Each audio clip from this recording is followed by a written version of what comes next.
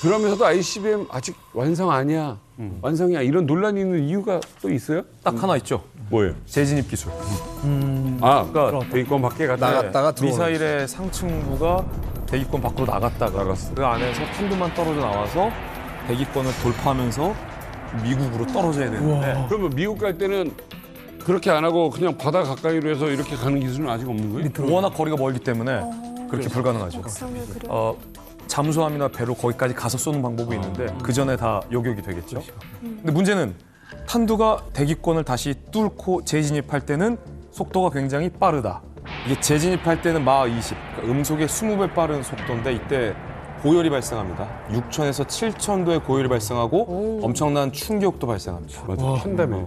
그러면 이걸 견뎌야 되는데 저 안에 예를 들어 핵폭탄이 있다고 가정한다면 터질 것 같은데요? 겉에를 감싸고 있는 핵탄두가 저기서 녹아버린다면 미국을 가기 전에 대기권 안에서 핵폭탄이 폭발해버리겠죠. 그러면 북한 입장에선 무용지물이 되는 거기 때문에 저 핵탄두가 불균형되게 손상되는 것도 막아야 되죠.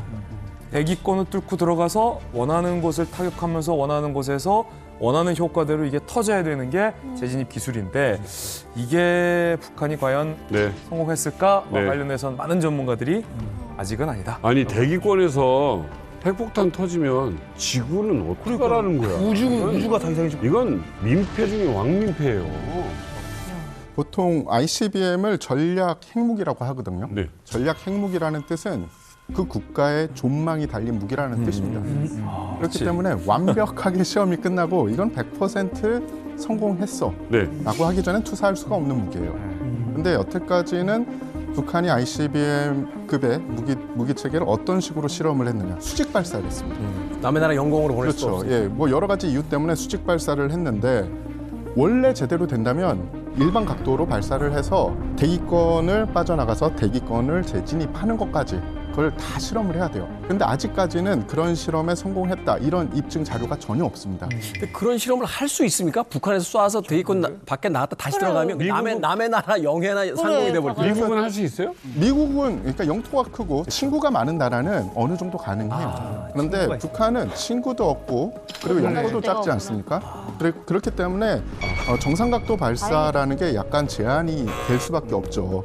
박충건 씨에게 좀 묻고 싶은데 이제 북한에서 직접 그 신재료에 대한 어떤 그 연구를 하셨으니까 북한의 재진입 기술 사실 만드는 사람 입장에서는 알잖아요. 어느 정도까지 프로젝트를 주고 언제까지 이거 만들어야 돼라고 하면 이게 기술이 어느 정도 수준까지 왔나? 이런 어떤 느낌 같은 걸 받을 텐데 어떻습니까?